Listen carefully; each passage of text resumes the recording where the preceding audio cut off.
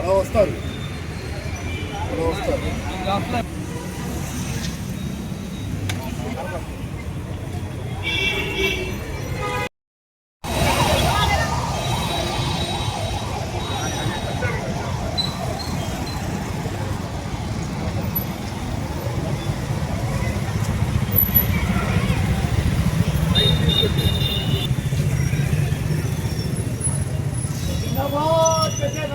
వర్ధిల్లాలి గద్దె రామ్మోహన్ రావు గారి నాయకత్వం. వర్ధిల్లాలి గద్దె రామ్మోహన్ రావు గారి నాయకత్వం.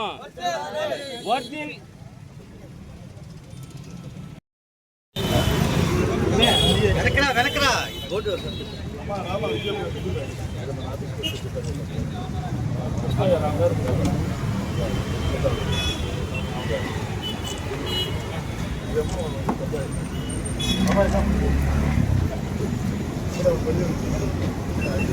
అదే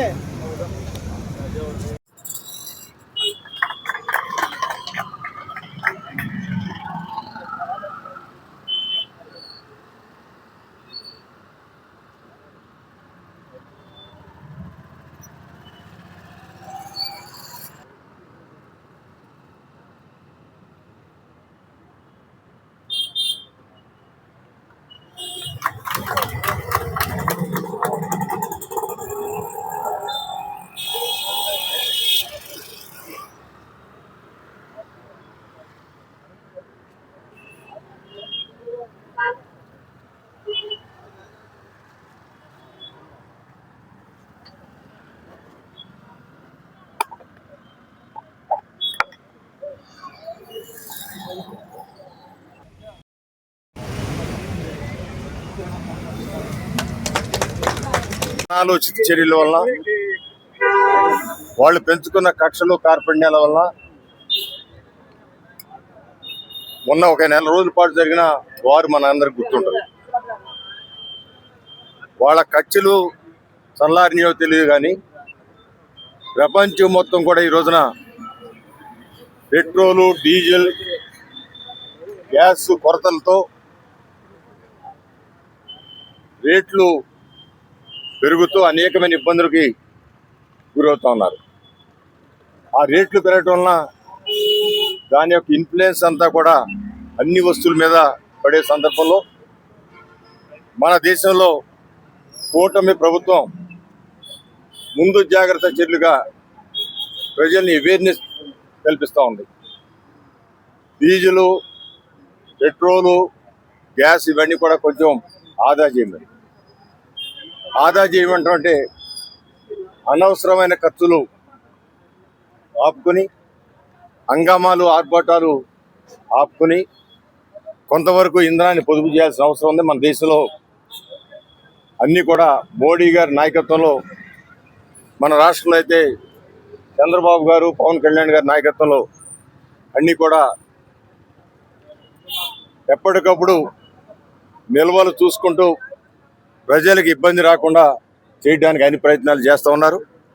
రానున్న రోజుల్లో వచ్చే ఇబ్బందులు కూడా దృష్టిలో పెట్టుకుని ఇప్పటి నుంచి సమన్వయం చేసుకుని ప్రజల్లో పొదుపు అలవాటు చేసుకోవాలనే కాన్సెప్ట్తో మరి మోడీ గారు ఆయనకున్న 16 వెహికల్స్ తీసేసి 2 వెహికల్స్ మీదే రావడం జరుగుతుంది.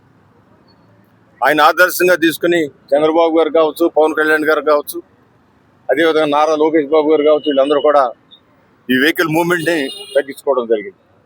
అదేవిధంగా ప్రజల్లో కూడా ఆ చైతన్యం చేయాలని చెప్పి ప్రతి శుక్రవారం నాన్ వెహికల్ డే అని చెప్పి అనౌన్స్ చేశారు. ఇవాళ తొలి శుక్రవారం, అందువల్ల ఇవాళ కార్యక్రమాలకి మన జీవితకాలం పెరుగుతుంది. కానీ ఈ రష్, ఈ యొక్క ట్రాఫిక్ వలన కొన్ని ఇబ్బందులు గురైనా దీన్ని అందరూ కూడా పబ్లిక్ కూడా అలవర్చుకునే ఆరోగ్యం కోసం మనం లక్షలు కోట్లు తగలబెట్టే బదులు సైకిల్ యాత్ర మరి ఆ కాన్సెప్ట్లో ఈ కార్యక్రమం చేసుకోవచ్చు. ఈ రోజున తెలుగుదేశం పార్టీ ఆశయం సేవ ద్వారానే రాజకీయం అనే కాన్సెప్ట్ ఈ రోజు కాదు, ఆ రోజు నందమూరి తారక రామారావు కానించి చంద్రబాబు గారు మాకు నేర్పిన విద్య అది. ఇవాళ తెలుగుదేశం పార్టీ ఒక ఇంటర్నేషనల్ స్కూల్ ఏర్పాటు చేసిన, రక్తదాన శిబిరాలు ఏర్పాటు చేసిన ఎన్టీఆర్ ట్రస్ట్ పేరు మీద తలాసిమియా రోగులకి ట్రీట్మెంట్ కోసం ఖర్చు చేసిన ఇవన్నీ కూడా సేవా కార్యక్రమాలు. మేము కూడా మాకు తోచిన విధంగా విజయవాడ తూర్పు నియోజకవర్గంలో తెలుగుదేశం పార్టీ నాయకులందరం కలిసి ఇలాంటి సేవా కార్యక్రమాలు చేస్తూ నిరంతరం వీటి ద్వారా అక్కడున్న ప్రజలతో మమేకమై వాళ్ళ సమస్యలు తెలుసుకుంటూ మేము గత 20 సంవత్సరాల నుంచి కూడా ఇక్కడ రాజకీయం ఆ విధంగా చేయడం జరిగింది. అదేవిధంగా ప్రజలు కూడా మమ్మల్ని గుర్తిస్తూ ఉన్నారు. తెలుగుదేశం పార్టీ ఎప్పుడు కూడా సేవని ఆధారంగా చేసుకుని ముందుకు వెళుతుంది. ఎవరికి ఏ సమస్య వచ్చినా తక్షణమే స్పందించే విధంగా ముందుకు వెళుతుందని తెలియజేస్తూ సెలవు తీసుకుంటాను. దానికి ఇవాళ మోడీ గారు 47.5% ఆయన సబ్సిడీ ఇస్తున్నారు.